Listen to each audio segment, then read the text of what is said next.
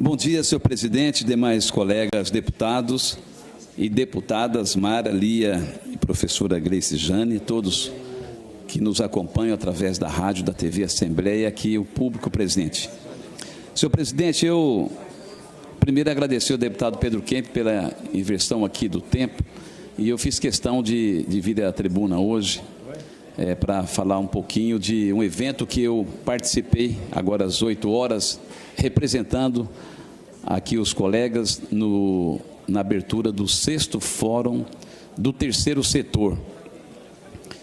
E eu fiz questão de falar aqui algumas palavras, até para dizer da importância que é este segmento no contexto da nossa sociedade. Eu sempre digo que a profissão a gente escolhe, mas a vocação para servir é Deus que nos escolhe. E eu fico a imaginar, deputado Lucas de Lima, se não fosse estas instituições não governamentais, considerado o terceiro setor, o que seria da população brasileira? Até porque o Estado, ele não consegue, o seu braço não alcança essas pessoas mais vulneráveis, aqueles que sofrem hoje de uma das piores patologias existentes, que é a questão da dependência química, aqueles que sofrem de um problema psicológico. O Estado não tem esse profissional preparado, somente os anjos de Deus daqui na terra, esses vocacionados, é que têm a condição necessária do ponto de vista psíquico, emocional, para dar essa assistência. E eu sempre digo, quer ser mais humano, quer ser mais grato, você quer ser uma pessoa mais evoluída, mais rica do ponto de vista das suas emoções, conheça um desses projetos.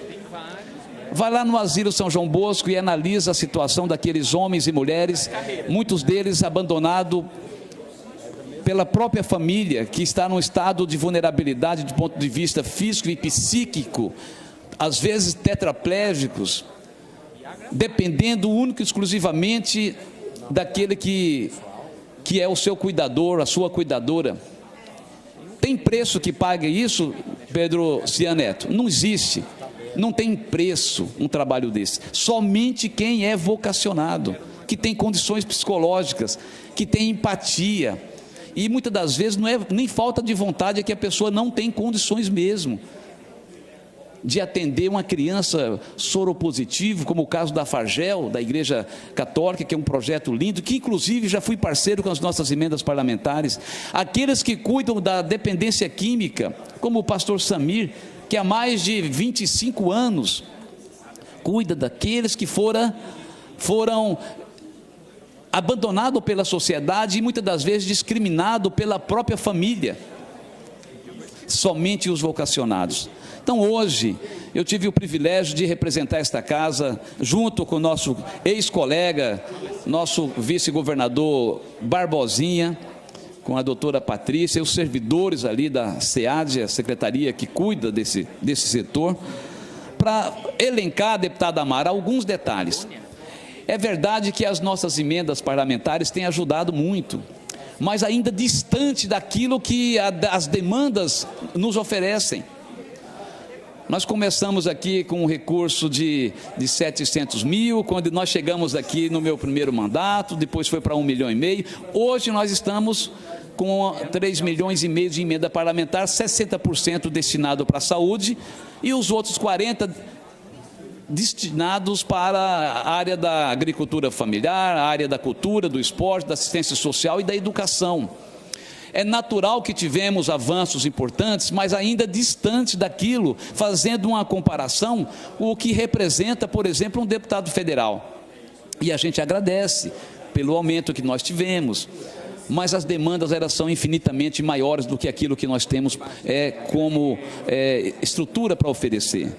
E hoje, representando esta casa, na abertura do 6º Fórum do Terceiro Setor, eu falei para o Barbosinha que nas primeiras apresentações, deputada Mara, que tivemos ali, do balé, de um projeto social de um dos bairros mais carentes de Campo Grande, do ponto de vista socioeconômico mais vulnerável, que é o Dom Antônio, perto do lixão, aquelas crianças com tanta alegria, fazendo as suas apresentações. E eu falei para o Barbosinha, valeu a pena eu ter vindo aqui representar essa casa. Só de estar participando aqui da abertura, assistindo essas crianças ali na Receita Federal, apresentando, aquilo ali é um bálsamo para a gente. É uma terapia. Ao mesmo tempo, a gente fala, poxa vida, como é bom a gente ter uma criança no contraturno da escola num lugar seguro. Assim como tem centenas e centenas de projetos espalhados por Campo Grande, no nosso estado, e a gente parabeniza essas pessoas, que não é por questão eleitoral, não é por questão de... Às vezes as pessoas não ganham nada, muitas delas tiram do próprio bolso, porque é satisfatório, é prazeroso você estender a mão a uma criança que talvez esse gesto você estará impedindo-a de enveredarem para o mundo da criminalidade, para uma gravidez precoce, para uma dependência química, como é o caso, deputada Mara, de centenas e centenas de crianças com 8 anos de idade, aqui em Campo Grande, já com a dependência da maconha. Parece que é inacreditável você falar um negócio desse, mas é muito simples, é só procurar a Promotoria da Infância que vocês ratificarão na íntegra aquilo que eu estou dizendo. E não é casos isolados. Nós tivemos em 2022 uma diretora de uma escola que chegou ao meu gabinete desesperada, na região do Anacha, ali perto da Água Bonita. 12 meninas ficaram grávidas, idade de 11 a 14 anos de idade. E eu não tenho dúvida que a falta de projetos sociais no contraturno da escola é um dos motivos principais para essa situação. Como que uma pré-adolescente, ainda na fase da puberdade, vai ter condições de ser mãe? Esta é, sem dúvida, a degradação da estrutura basilar de uma sociedade, ratificado nas palavras do grande jurista Rui Barbosa, a célula máter. A célula máter está desorganizada. Às vezes o pai preso e a mãe precisa trabalhar para trazer o sustento para dentro de casa. Aí é uma criança que estuda de manhã e que à tarde fica vulnerável. É o que tem acontecido reiteradas vezes de norte a sul, de leste a oeste, não somente aqui da nossa cidade, mas do Brasil inteiro. Esta é uma realidade. É por isso que a gente tem que estender o tapete vermelho para essas ONGs sérias, espírito altruísta, abnegadas, vocacionadas para servir. E aí, deputada Mara, eu não poderia deixar de lembrar de uma lei que nós aprovamos nessa casa, que Vossa Excelência foi uma das signatárias, votando, e todos aqueles que em 2015 estavam aqui, votaram de forma unânime, que é uma lei que possibilita nós destinarmos 1% dos impostos arrecadados das operações realizadas internas ou de importação de bebidas alcoólicas, fumo, cigarros e demais produtos derivados. Esta arrecadação será destinada, assim que for regulamentada, ao Fundo Social para atender essas instituições do terceiro setor. Eu já fiz essa lembrança ao governo do Estado.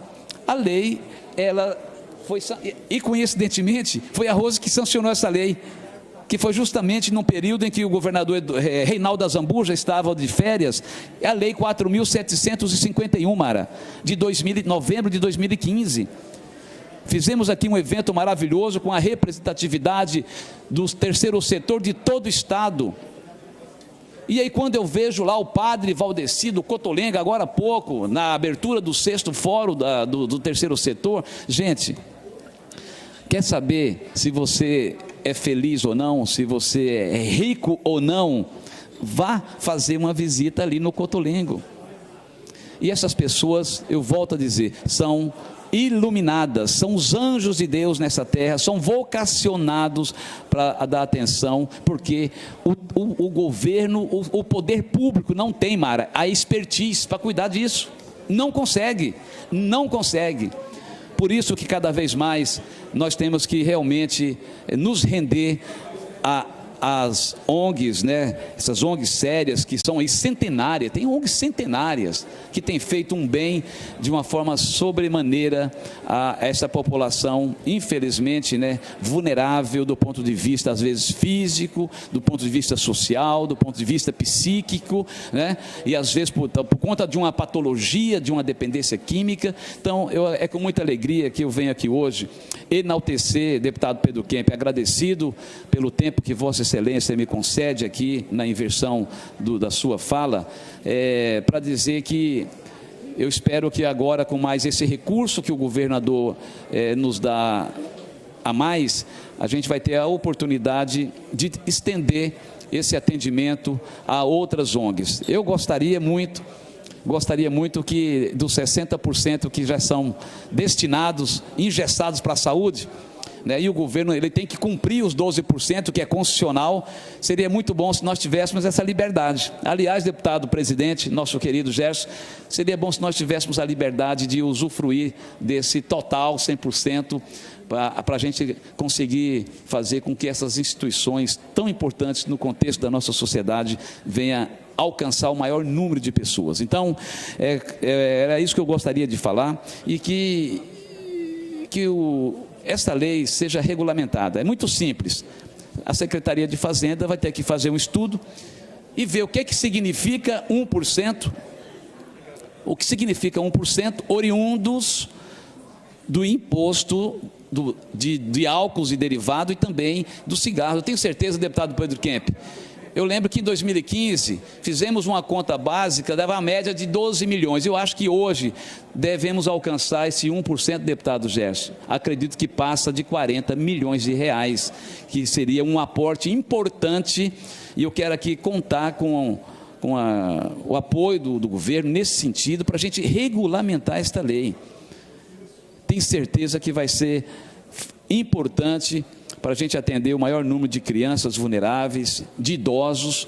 Tive com o Gersino, ex-presidente do São Julião, ou São Julião não, do São João Bosco, do asilo, e ele falando que cada vez mais aumenta a demanda dos idosos que estão tetraplégicos, que depende 100%.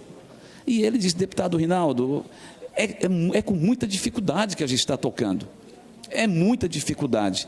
E nós estamos caminhando a passos largos. O Brasil, daqui a 20 anos, nós vamos ter mais de 50%, acredito, de pessoas já nessa faixa etária.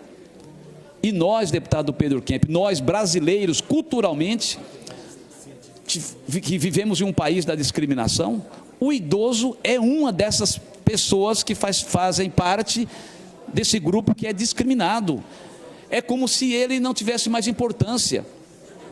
Eu lembro que quando eu me elegi vereador, foi um dos primeiros projetos de lei que eu apresentei para que nós tivéssemos nas 7 regiões de Campo Grande um centro de convivência para as pessoas da melhor idade, nos mesmos moldes que temos o CEINFS, que agora chamamos a Escola de Educação Infantil. Por que, deputado Pedro Kemp? Eu lembro que trabalhando no hospital universitário, um caso que me chocou muito, lá em 1989, um cidadão, se é que nós poderíamos chamá-lo de cidadão, uma figura dessa, internou a mãe, que era sequelada de um AVC isquêmico, e ele botou o endereço errado, para que quando tivesse a alta, o hospital não ia localizar, e aí o poder público teria que dar um jeito de cuidar da sua respectiva mãe. Isso me chocou muito. O tempo passou. Em 2004 eu me elegi vereador, foi um dos primeiros projetos que eu apresentei. Infelizmente, a procuradoria, à época, do município dizia que era inconstitucional, e a gente provocou um debate e a prefeitura comprou o antigo Grêmio Enersul, onde foi instalado o Centro de Convivência Vovó Ziza, que é uma referência. A minha ideia é que nós tivéssemos em cada uma das 7 regiões um centro de convivência com toda a infraestrutura, para que essas pessoas não venham ficar em casa se deprimindo. Quantas pessoas não ficam deprimidas em casa? Às vezes maltratado pelo filho ou pela nora, às vezes sequelado de um AVC isquêmico. Isso não é cidadania na sua plenitude. E lá num centro de convivência, a pessoa ficando durante o dia, né, poderia, com a terapia ocupacional, com jogos, dança, a comunhão, isso é da qualidade de vida. Então, eu gostaria muito que essa lei fosse regulamentada, quero contar com o apoio do presidente, com os demais colegas dessa casa. Eu tenho certeza e acredito na sensibilidade do governador Eduardo Riedel e que no espaço curto de tempo a gente tenha a respectiva regulamentação e que a gente tenha um aporte maior de recursos para atender essas ONGs, essas instituições tão importantes que têm feito a diferença em Campo Grande, no Estado e no Brasil. É o que tinha, senhor presidente. Obrigado, Pedro Kemp, pelo tempo. Obrigado a todos pela atenção.